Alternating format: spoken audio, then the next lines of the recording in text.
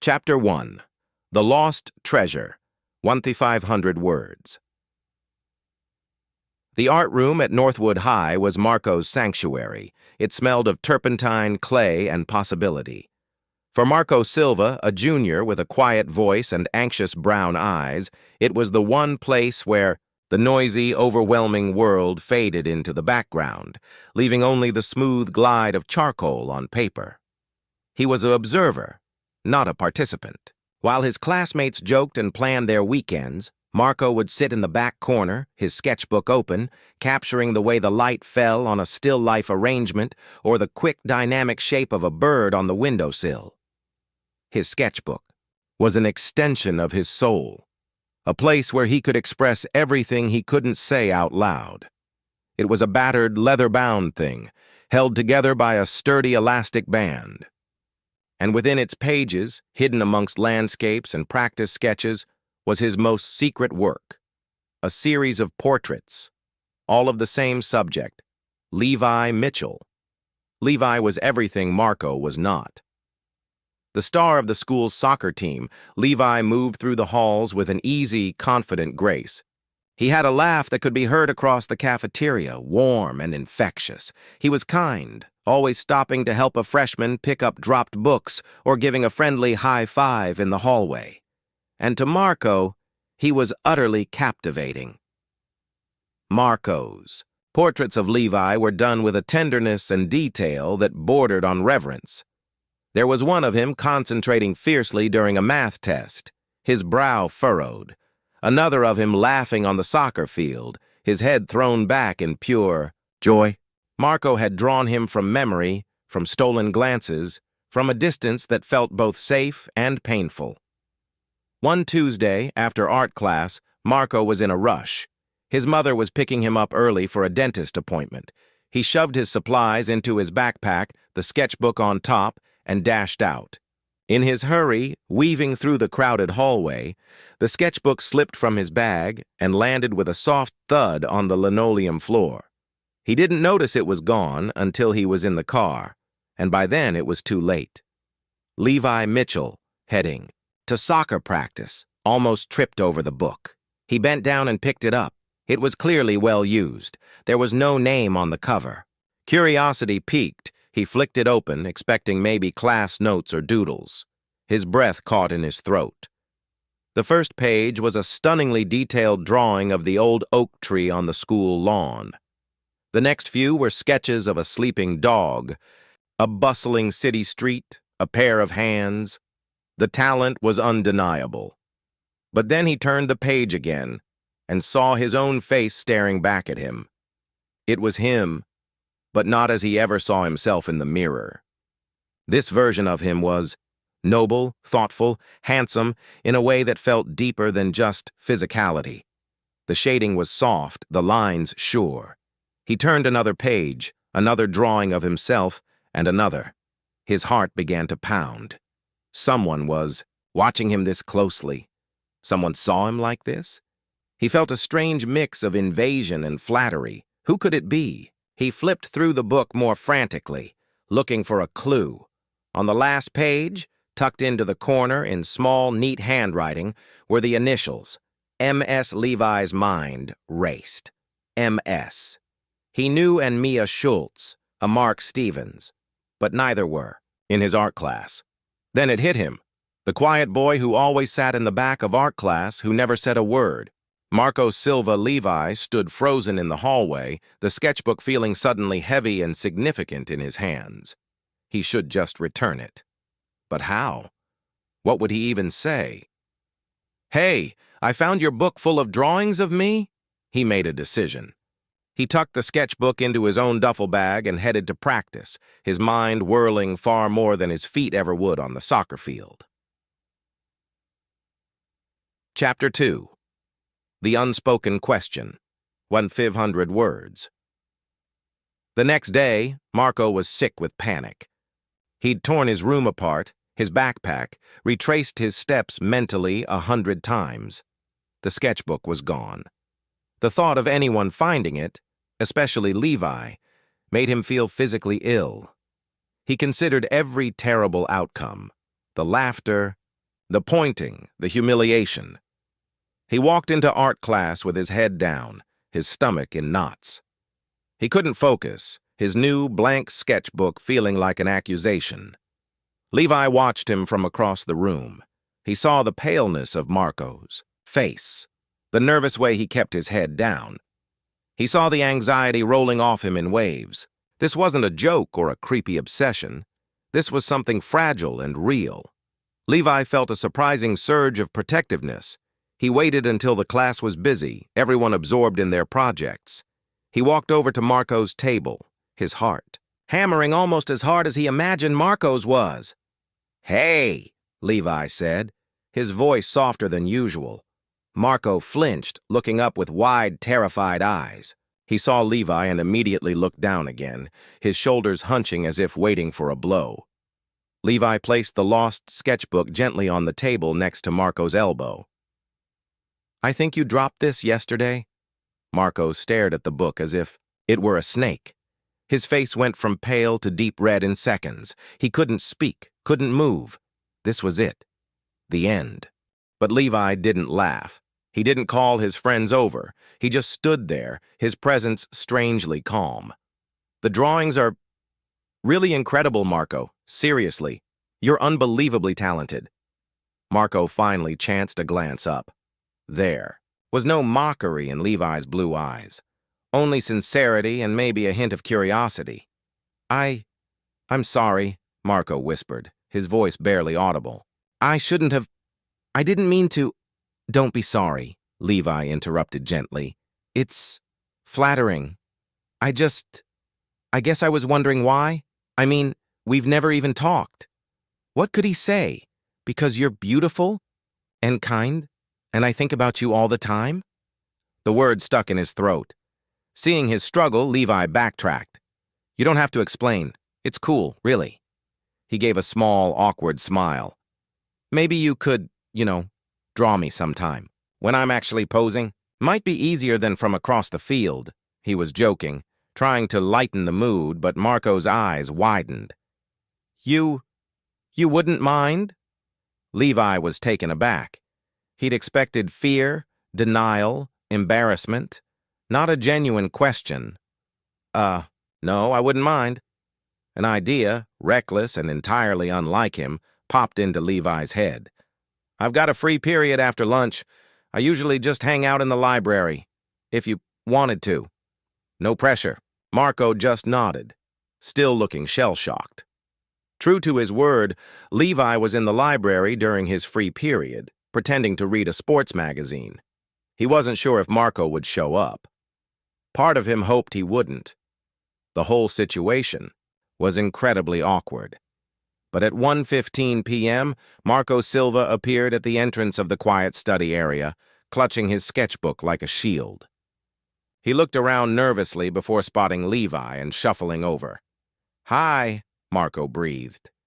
"Hey," Levi said, closing his magazine. "You came."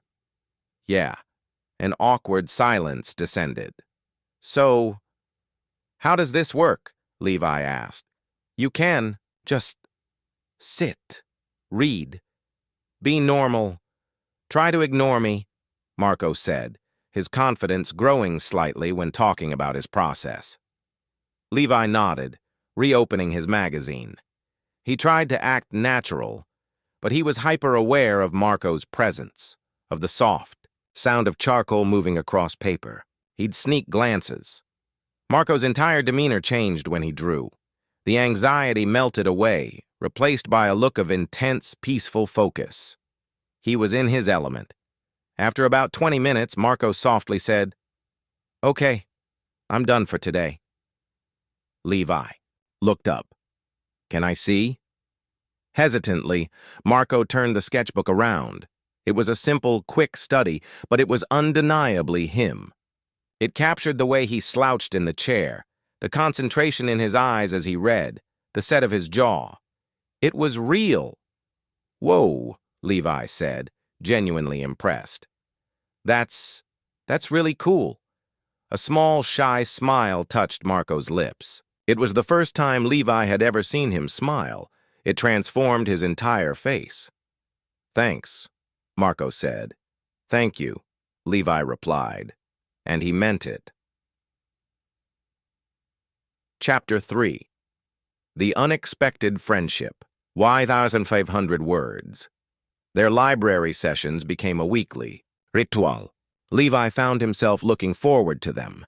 In the quiet company of Marco Silva, he found a piece he didn't know he was missing. The constant pressure of being the soccer star, the easygoing friend, the dependable son, faded away. With Marco, he could just be. He could sit in silence and it wasn't awkward. It was comfortable. Marco, in turn, began to unfurl like a flower in the sun. The paralyzing fear of Levi discovering his crush slowly subsided, replaced by a dawning, incredible reality. Levi Mitchell genuinely enjoyed his company. They started talking more.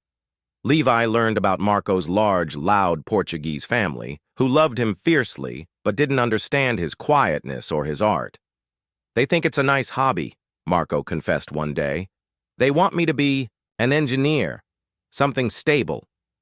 Levi learned that Marco's quietness wasn't just shyness.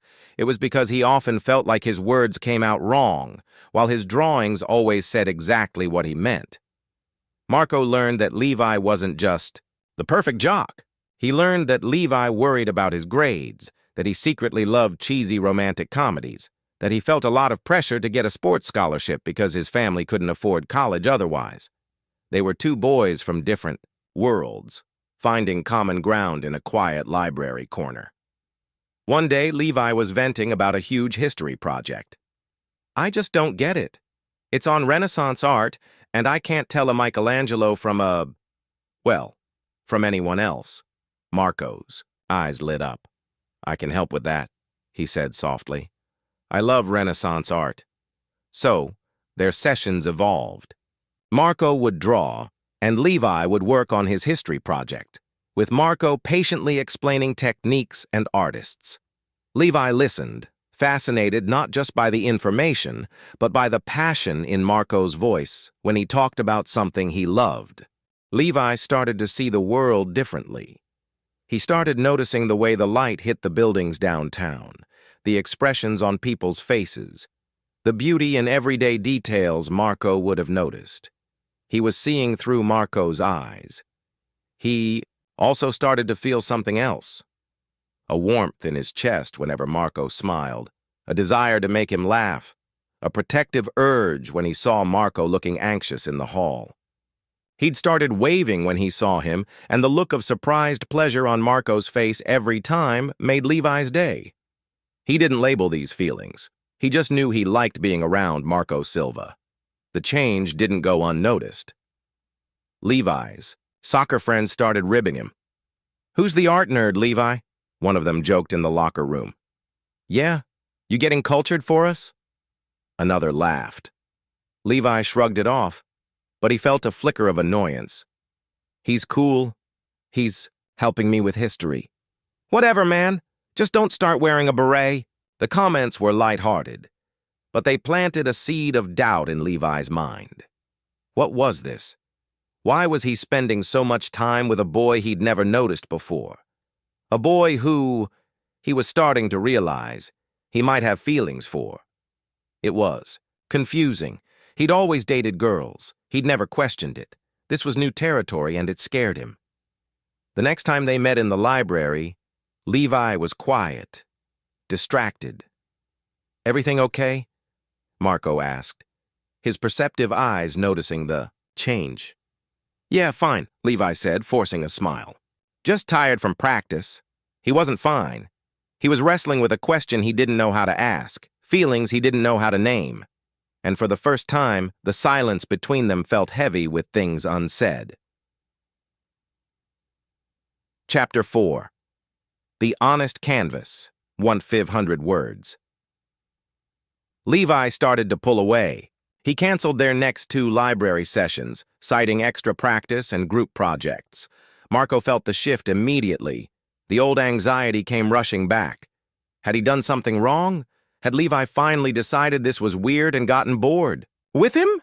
He saw Levi in the hall, laughing with his friends, and a sharp pain lanced through his chest. He'd been a fool to think someone like Levi could ever genuinely want to be his friend. He'd gotten too close, and he'd ruined everything. Levi, meanwhile, was miserable. Hanging out with his friends felt hollow. The jokes seemed louder and less funny. He missed the quiet library. He missed talking about things that actually mattered. He missed Marco. He tried to ignore it. He asked a girl from his English class to see a movie, hoping it would reset his feelings. He spent the whole date comparing her loud laugh to Marco's quiet smile, her disinterest in his thoughts to Marco's attentive listening. It was a disaster. He was sitting on his bed staring at a history textbook he couldn't focus on when his younger sister Zoe came in. "You've been moping for a week," she declared, sitting on the edge of his bed. "What's up?" Levi sighed. "Nothing. Just stuff." "Is it about that Marco guy?" Zoe asked casually. Levi's head snapped up. "What? How do you know about Marco?" "I see you guys in the library sometimes when I'm there with my friends. You look different when you're with him, calmer, happier." She paused, studying her brother's face. "And you haven't seen him in a while. Did you have a fight?" Levi ran a hand through his hair.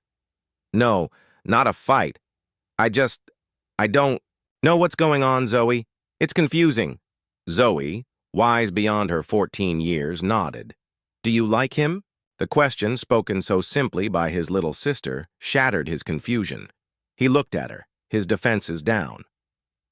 "I think I might. But what does that mean? Guys aren't..." "So?" Zoe shrugged. "Maybe you just like him. It doesn't have to be a big thing. He seems really nice. And he looks at you like you're the only person in the room." Her words echoed the drawings in the sketchbook, that look of reverence and affection he'd seen on his own face, rendered by Marco's hand. Marco had been brave enough to feel those things and put them on paper, and Levi had run away from them. He felt a surge of shame, followed by a sudden, clear determination. He couldn't lose this. He couldn't lose Marco. The next day he went, looking for him. He found him at his usual table in the art room, working alone. Marco looked up as Levi approached, and Levi's heart broke a little at the cautious, guarded look in his eyes. "Hey," Levi said. "Can we talk? Outside?" Marco nodded silently, putting his charcoal down. They walked out to the empty courtyard, the spring air cool around them. The silence was heavy. "I'm sorry," Levi blurted out first. "I've been a terrible friend. I got scared." Marco looked at him, confused. "Scared of what?" "Of this," Levi said, gesturing between them. "Of what I was feeling. People were starting to talk, and I freaked out. I thought if I just stopped, it would go back to normal. But it didn't. I missed you." Marco's guarded expression softened into something vulnerable. "You missed me?" "Yeah," Levi said, his voice earnest. "I did. A lot." He took a deep breath. "Those drawings in your sketchbook. I didn't get it then, but I think I'm starting to. Marco, I think I like you, more than a friend." The world seemed to hold its breath. Marco stared at him, his eyes wide with disbelief, hope, and fear. You do?" Levi nodded. Is that okay?" Tears welled in Marco's eyes, but he was smiling. A real, genuine, breathtaking smile. "It's more than okay," he whispered. "I've liked you for so long, Levi." The relief that washed over Levi was overwhelming. He reached out slowly, giving Marco every chance to pull away, and took his hand. Marco's fingers were stained with charcoal, and they trembled slightly as they laced with Levi's. It wasn't a dramatic kiss. It was a quiet moment of connection, hands held in a sun-dappled courtyard, two hearts finding a matching rhythm after beating out of sync for so long. Chapter 5. A Masterpiece in Progress. 500 words. Being with Levi wasn't a magical cure for Marco's anxiety. There were still moments of fear, a nervous glance over his shoulder when they walked together in public, a flutter of panic when a classmate gave them a curious look. But Levi was his anchor. He never pushed. He just stayed. He'd squeeze Marco's hand a little tighter or crack a dumb joke to make him smile. He was patient and steadfast, his confidence a quiet strength that Marco could lean on. They told their families.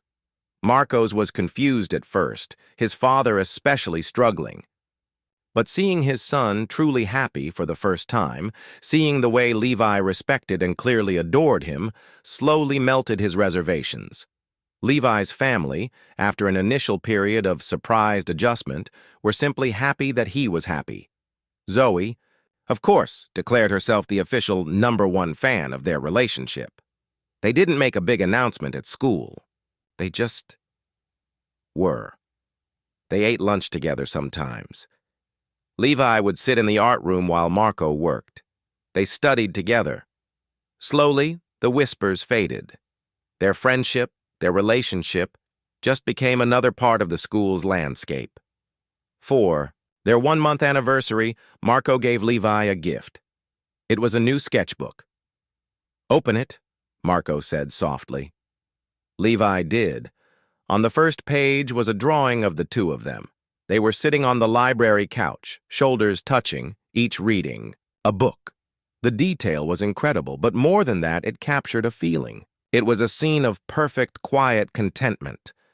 "It's us," Levi whispered, his throat tight. "It's us," Marco echoed. "And the rest of the pages are blank. For our story. I thought maybe we could fill it together." Levi looked up at him, his eyes shining. It was the most beautiful gift anyone had ever given him. On a warm Saturday afternoon, they were in the park. Levi was trying to sketch a tree and failing miserably, making Marco laugh, while Marco was drawing a detailed study of a flower. Levi put his pencil down and just watched Marco work. He watched the focus in his eyes, the gentle curve of his mouth, the way his hair fell across his forehead. "What?" Marco asked, feeling his gaze. "Nothing," Levi said, smiling. "I'm just really happy." Marco smiled back, a full, unguarded smile that still made Levi's heart skip a beat. "Me too." Their story wasn't about a grand, dramatic coming out. It was a quiet, gradual unfolding. It was about finding someone who sees the world the way you do, or who wants to learn to see it through your eyes. It was about the courage to be vulnerable and the strength found in acceptance. Marco's hidden sketchbook had been a secret love letter, a one-sided conversation.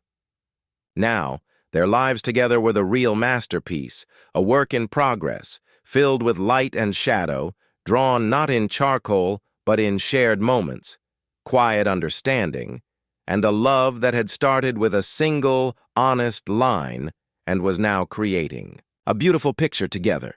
They were learning that the most powerful art wasn't about hiding your truth, but about sharing it, one brave stroke at a time.